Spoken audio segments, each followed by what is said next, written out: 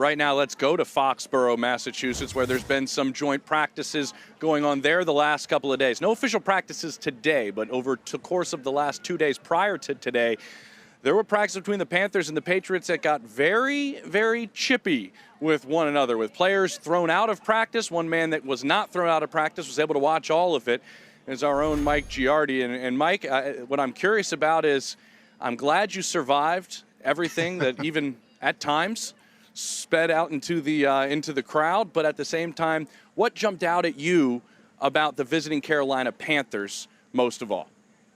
Well, first things first, James, I think they're going to be built on the defensive side of the ball. Phil Snow, the defensive coordinator, has got a lot of interesting pieces to work with. You saw last year them make some big strides under Snow. And one of the guys that I just couldn't keep my eyes off of was Brian Burns. He's entering his 4th year now, coming off the edge. He was unblockable for a better part of the 2 days against the Patriots.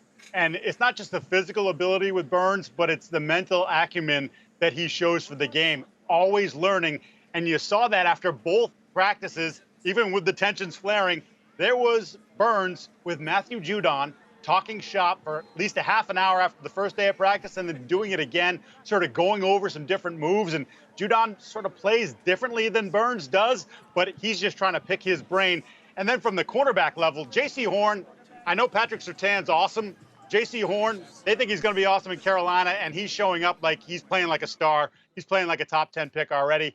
And C.J. Henderson's another guy, obviously has bounced around a little bit, dealt with some issues off the field, but he has come in focused to camp and is playing at a high level, and they feel like they have a chance to have a dynamic duo at cornerback. And then let's talk about the Patriots real quick, James. The best player they've had in camp, all of camp, has been former Philadelphia Eagle, now second-year Patriot, Jalen Mills. That may surprise some people in Philadelphia, but Mills has been outstanding this summer, sort of seizing upon the opportunity. J.C. Jackson no longer here. The Patriots need a number 1 corner. Mills has filled that void. Now, he said, I don't think about the numbers, whether I'm number 1, number 2. I'm just trying to get better. I'm working on my fundamentals and technique. Well, all the stuff that he's done in the offseason, all the stuff that he's done during the season has worked out very well. The Patriots hope it continues to carry forward. But Jalen Mills has been a confident and very good player for them this summer, James.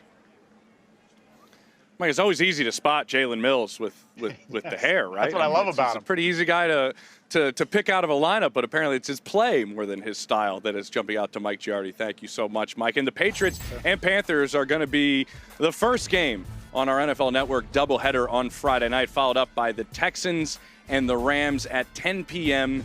Eastern.